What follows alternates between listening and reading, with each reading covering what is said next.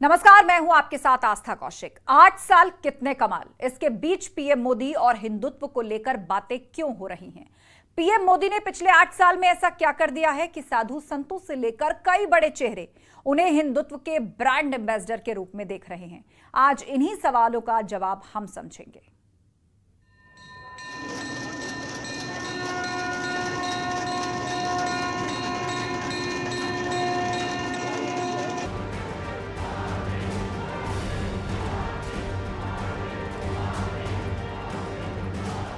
आठ वर्ष पहले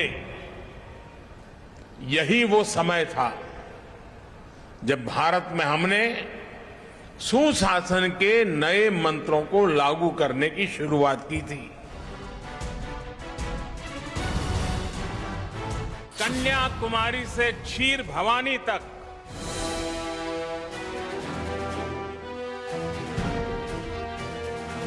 कोटेश्वर से कामाख्या तक,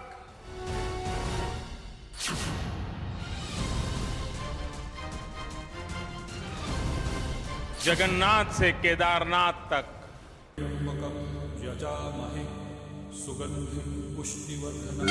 राम काज किनु बिनु मोहि कहां बिसरा, सियावर रामचंद्र की। कि मोदी जी हिंदुस्तान के ब्रांड एम्बेसडर हैं, हिंदू धर्म का, और जन जन में बसे राम को महत्व दिया।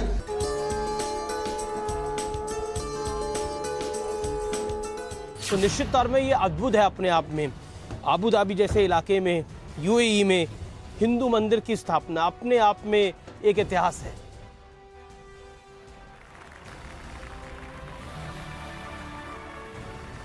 मोदी जी जो भी करते हैं उसमें कोई न कोई संदेश निहित होता है। Ladies and gentlemen, it now gives me great pleasure to warmly welcome amongst us our beloved Prime Minister of India, Shri Narendra Modi.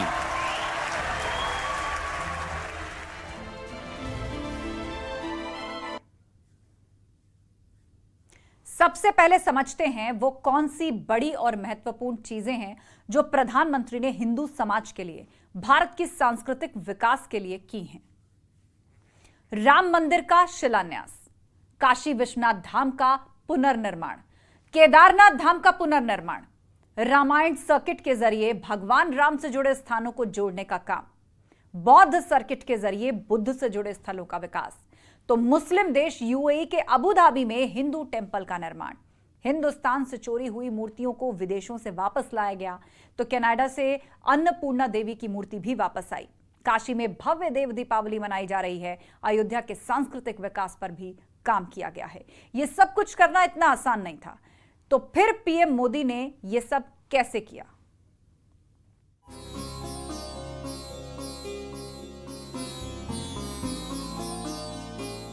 अगर कोई पूछेगा कि ये चमकती भव्य और दिव्य तस्वीरें किसकी वजह से हैं, तो पूरा देश एक स्वर में पीएम मोदी का नाम लेगा।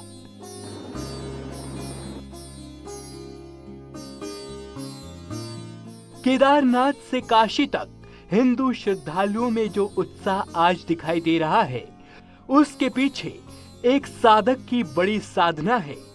20 साल में नरेंद्र मोदी हिंदू आस्था सभ्यता के ब्रांड एम्बेसडर बन गए हैं। ब्रांड एम्बेसडर एक तो हायर किए जाते हैं और एक स्वाभाविक रूप से अपनी संस्कृति, अपने देश, राष्ट्र प्रेम और अपने राष्ट्र प्रेम में जो अपने राष्ट्र की जो संस्कृति और सभ्यता है उससे इतना ओतप्रोत होते हैं कि उन्हें घोषित करने की कोई आवश्यकता नहीं है, और वो स्वाभाविक रूप से पूरी दुनिया ही उनको ब्रांड एम्बेसडर मानती है। बतौर मुख्यमंत्री गुजरात में सांस्कृतिक विकास के लिए गुजरात का भौतिक विकास किया। अब 8 साल से हिंदुस्तान की संस्कृति की न सिर्फ रक्षा कर रहे हैं, बल्कि टूटे इतिहास को जोड़ रहे हैं। भारत के उस संदेश को, भारत की उस साधना को जो भारत ने करोड़ों करोड़ों वर्षों में अर्जित की, मोदी जी केवल भारत तक सीमित नहीं रखना चाहते हैं, उसका फैलाव पूरे विश्व में करना चाहते हैं। पहले की सरकारों ने मंदिर के जीर्णोद्धार के सभी प्रकार के प्रयासों के प्रति अपनी आंखें मूंद रखी थी।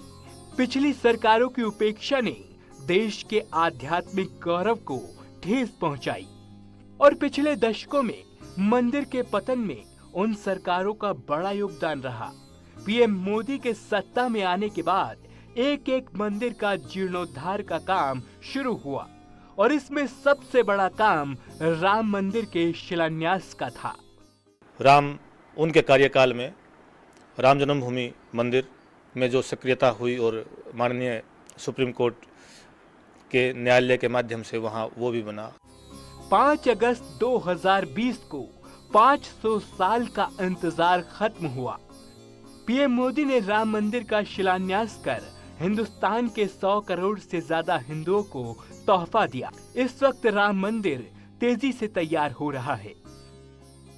हिंदू होने के नाते हिंदू धर्म का और जन जन में बसे राम को महत्व दिया और उसके मंदिर का शिलान्यास किया, तो ये एक बड़ी उपलब्धि हम लोगों के लिए भी है, समाज के लिए भी है और एक अच्छा संदेश गया कि हमारे देश के प्रधानमंत्री राष्ट्रभक्त के साथ साथ देशभक्त के साथ साथ और अपने धर्म के क्षेत्र में, अध्यात्म के क्षेत्र में और राम भक्त भी हैं।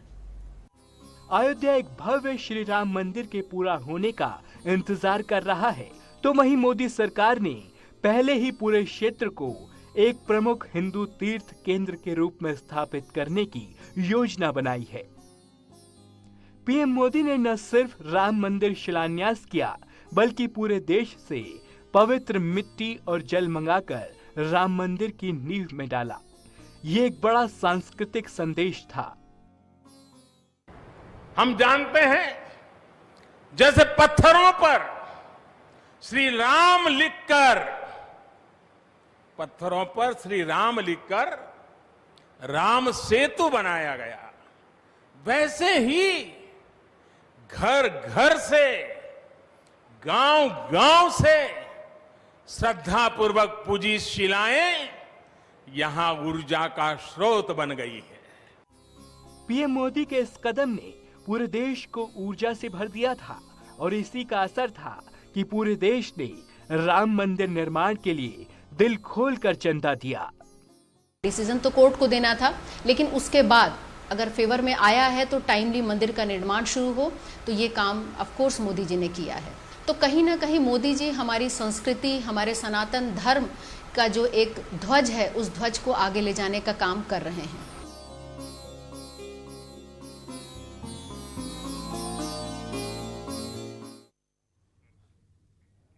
काशी विश्वनाथ मंदिर पर मुगल आक्रांताओं ने कई बार हमले किए, बार बार जीर्णोद्धार कराया गया, काशी की निशानी को बचाने की कोशिश होती रही, लेकिन वो भव्य रूप में सामने नहीं आया था जो अब दिखाई देता है। प्रधानमंत्री मोदी के काशी का मान लौटाने और बाबा विश्वनाथ के मंदिर को दुनिया के भव्य मंदिरों में शामिल करने के लिए दिव्य धाम बनवाया।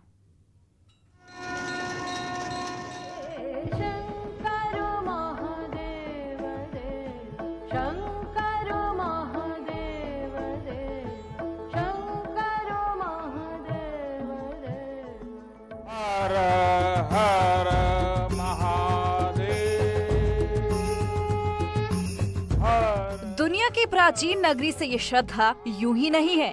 हर मुसीबत में धार्मिक नगरी ने अपनी आस्था, अपनी संस्कृति को बचाए रखा।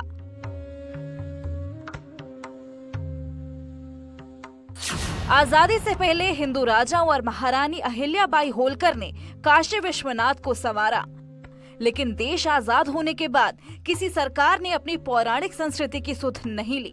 लेकिन नरेंद्र मोदी के मन में शिव के इस दरबार को भव्य बनाने का प्रण था और जैसे ही सत्ता में आए, काशी का कायाकल्प शुरू कर दिया।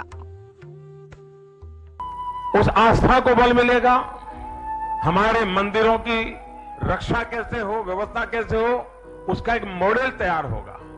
पुरातत्वीय चीजों को बचाए रखते हुए, उसकी आत्मा को वैसे ही बरकरार रखते हुए आधुनिकता कैसे लाई जा सकती है, व्यवस्थाएं आधुनिक कैसे बनाई जा सकती है, इसका एक बहुत ही अच्छा मिलन इस परिसर के निर्माण कार्य में दिखाई दिया। पीएम मोदी ने 8 मार्च 2019 को काशी कॉरिडोर का शिलान्यास किया था।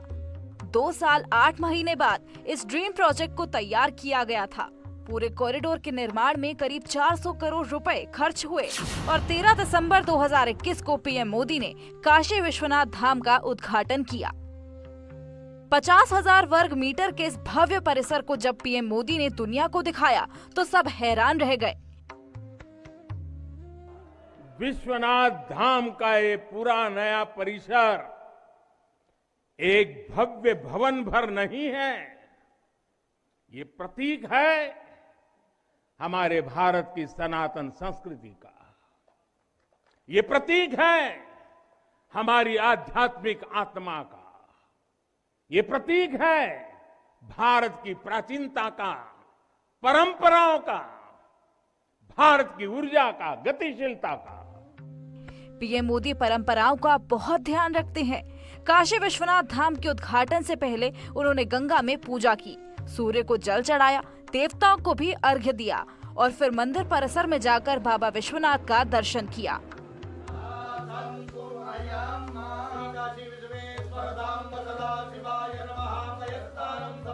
आप यहाँ जब आएंगे तो केवल आस्था के ही दर्शन होंगे ऐसा नहीं है, आपको यहाँ अपने अतीत के गौरव का एहसास भी होगा।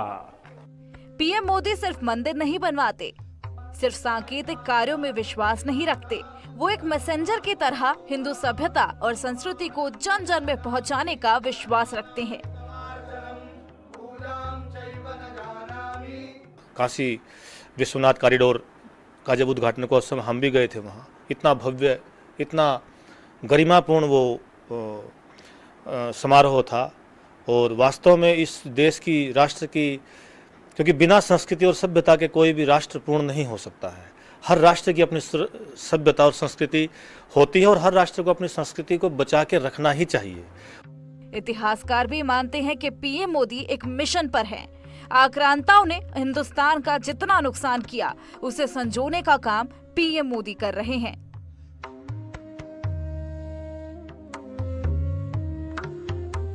देखिए आपके काशी विश्वनाथ जो शिव की नगरी है, शिव की नगरी में शिव का होना चाहिए, लेकिन औरंगजेब ने उसे तोड़ करके उसके जगह पर अपनी मस्जिद की स्थापना की।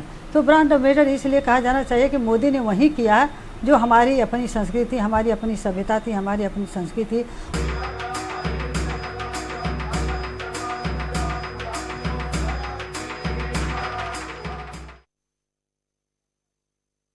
पीएम मोदी की नजर हर उस जगह पर होती है जो भारत की संस्कृति से जुड़ा होता है, जो हिंदुस्तान की आस्था का केंद्र होता है, जो कई युगों से भारत की कहानी सुनाते आ रहे हैं। 2013 में जब केदारनाथ घाटी और एक सैलाब की चपेट में आ गई तो सबसे ज्यादा कष्ट नरेंद्र मोदी को हुआ।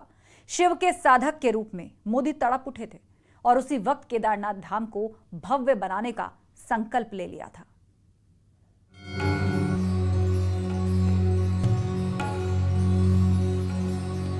जय बाबा केदार, जय बाबा केदार। 80 के दशक में पीएम मोदी पहली बार केदारनाथ आए थे और उसी वक्त से यहां की मिट्टी से खुद को जोड़ लिया। नेति नेति नित निगम कहा, अर्थात कुछ अनुभव इतने अलौकिक, इतने अनंत होते हैं कि उन्हें शब्दों से व्यक्त नहीं किया जा सकता। 2013 में आई तबाही ने केदारनाथ घाटी को बर्बाद कर दिया। सैलाब इतना भयावह था कि सब कुछ पानी की धार में बह गया। उस वक्त केंद्र में यूपीए की सरकार थी और राज्य में कांग्रेस की सत्ता। बतौर गुजरात के मुख्यमंत्री पीएम मोदी उत्तराखंड में कुछ करना चाहते थे, बाबा केदार की सेवा में योगदान देना चाहते थे, लेकिन गैर बीजेपी सरकार होने की वजह से ज्यादा कुछ नहीं कर पाए। फिर भी तबाही में फंसे लोगों को निकालने के लिए आगे आए। 2013 में ही नरेंद्र मोदी ने केदार धाम के पुनर्निर्माण का संकल्प लिया और 2014 में प्रधानमंत्री बनने के बाद यहां के विकास का खाका खींचना शुरू कर दिया। एक और केदारनाथ धाम के विकास पर काम शुरू किया तो दूसरी ओर चारों धामों को जोड़ने के लिए योजनाएं बनाई। मोदी सरकार ने यमुनोत्री, गंगोत्री, केदारनाथ और बद्रीनाथ के 4 तीर्थ स्थलों को जोड़ने वाले एक आधुनिक और विस्तृत 4 धाम सड़क नेटवर्क के निर्माण को मंजूरी देकर 4 धाम परियोजना की शुरुआत की। पीएम मोदी न सिर्फ योजनाएं बनाते हैं बल्कि उस पर नजर भी रखते हैं। इसलिए केदारधाम में चल रहे विकास कार्यों को देखने के लिए पीएम बनने के बाद 3 मई 2017 को केदारनाथ पहुंचे। इसके बाद पीएम मोदी 20 अक्टूबर को फिर से केदारनाथ गए। उस दौरान उन्होंने केदारनाथ पुनर्निर्माण के लिए 700 करोड़ रुपए की 5 बड़ी परियोजनाओं का शिलान्यास किया था। पीएम मोदी 7 नवंबर 2018 को तीसरी बार केदारनाथ पहुंचे थे। इस दौरान उन्होंने पुनर्निर्माण कार्यों को देखा और अधिकारियों को जरूरी निर्देश दिए। पीएम मोदी चौथी बार 18 मई 2019 को बाबा केदारनाथ के धाम पहुंचे और बाबा केदार के दर्शन किए। पीएम मोदी जब भी केदारनाथ जाते हैं वहां पर पूरे विधि विधान से पूजा करते हैं और वहां की दर्शनीय स्थलों के बारे में जानते भी हैं और दिखाते भी हैं। मैं देशवासियों से एक और आग्रह करना चाहता हूं। स्वाधीनता संग्राम से जुड़े ऐतिहासिक स्थानों को देखने के साथ साथ ऐसे पवित्र स्थानों को भी ज्यादा से ज्यादा जाएं, नई पीढ़ी को लेकर के जाएं, परिचित कराएं, मां भारती का साक्षात्कार करें, हजारों साल की महान परंपरा की चेतना को अनुभूति करें। पीएम मोदी 5वीं बार 2021 में केदारनाथ गए और वहां पर आदि शंकराचार्य के समाधि स्थल पर उनकी मूर्ति स्थापना की। इस वक्त केदारनाथ भव्य और दिव्य रूप में दिखाई देता है। इसका श्रेय सिर्फ प्रधानमंत्री मोदी को जाता है। Bureau report, news 18। किसी मुस्लिम देश में हिंदू मंदिर बनाने की कल्पना आम हिंदुस्तानी नहीं कर सकता, लेकिन 2014 के बाद से प्रधानमंत्री मोदी के नेतृत्व में स्थितियां बदली और उसी का नतीजा है कि अबू धाबी में भगवान राम के भव्य मंदिर की तरह मंदिर का निर्माण चल रहा है। Ladies and gentlemen, it now gives me great pleasure to warmly welcome amongst us our beloved Prime Minister of India, Shri Narendra Modi.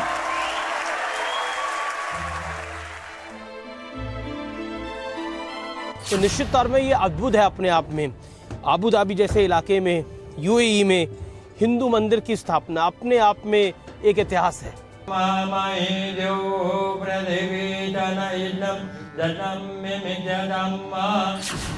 मुस्लिम देश में हिंदू मंदिर, क्या कोई सोच सकता था कि एक मुस्लिम देश हिंदू मंदिर बनाने के लिए इतनी बड़ी जगह दे सकता है? पीएम मोदी के नेतृत्व का ही कमाल है कि यूएई की राजधानी अबू धाबी में अयोध्या जैसा भव्य हिंदू मंदिर बन रहा है। ये जो तमाम आप ईंटें देख रहे हैं मेरे हाथ में, इनके हाथ में, इनके हाथ में, ये तमाम ईंटें भारत से आई हुई हैं, हाथ की बनी हुई ईंटें हैं ये।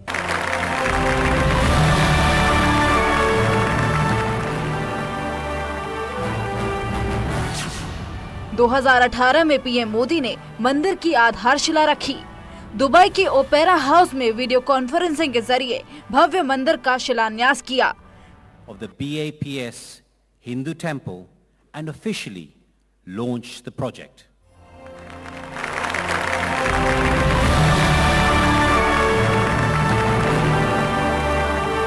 विचारों को, भारत के चिंतन को अरब के देश भी स्वीकार कर रहे हैं और आज माननीय प्रधानमंत्री की विदेश नीति सफल विदेश नीति है। इस रूप में हम देखते हैं, हम हिंदुत्व के रूप में नहीं देखते, सफल विदेश नीति के रूप में देखते हैं, जिसमें कि उन्होंने अरब के देशों को भी ये समझाने में वो सफल रहे कि भारत धर्मनिरपेक्ष राष्ट्र है, भारत सभी धर्मों की इज्जत करता है, अतः हिंदुत्व की भी वही सम्मान होना चाहिए जो मुस्लिम धर्म का सम्मान है, क्रिश्चियन का सम्मान है। इसलिए आप देखेंगे अबू धाबी, सऊदी अरब, अन्य क्षेत्रों में सैकड़ों इंजीनियर्स की मदद से इस मंदिर का निर्माण किया जा रहा है।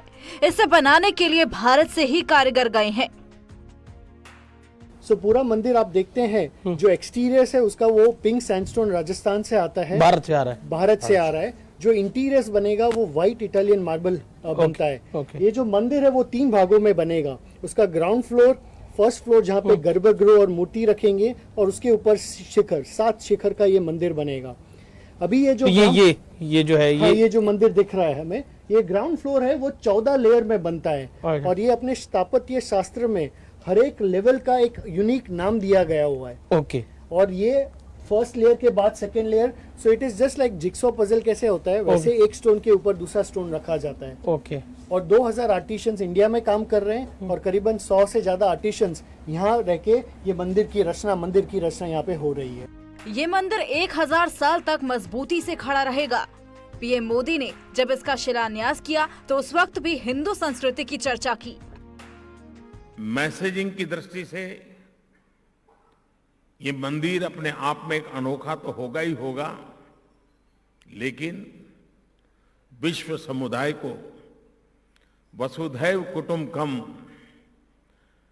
जिस मंत्र को हम जिए हैं उस मंत्र का अनुभव कराने का भी अवसर प्राप्त होगा। मंदिर के सदस्य बताते हैं कि इसे बनाने के लिए 2014 से पहले भी भारत सरकार से मदद मांगी गई थी, लेकिन किसी ने कोशिश नहीं की। पीएम मोदी की दोस्ती की वजह से आज एक मुस्लिम देश में भव्य हिंदू मंदिर बन रहा है। हमारे जो प्राइम मिनिस्टर साहब हैं मोदी साहब, उन्होंने एक जो क्राउन प्रिंस है हिज हाइनेस शेख मोहम्मद बिन जायद अल नहयान, उसकी दोस्ती और भावना और भारत की नज़दीक आने की जो एनवायरनमेंट हुआ, तभी ये बात फिर से वापस आई 2018 में। No no no no, actually it all began in 2015। 2014 में मोदी प्रधानमंत्री बनते हैं, 2015 में ये शुरुआत होती है इसकी और 2013 में हमने ये बात बताई थी, मगर उसका कोई कॉन्क्रीट रिजल्ट आया नहीं था। पीएम मोदी ने अपने कार्यकाल में ऐसे कई मील के पत्थर गाड़े हैं।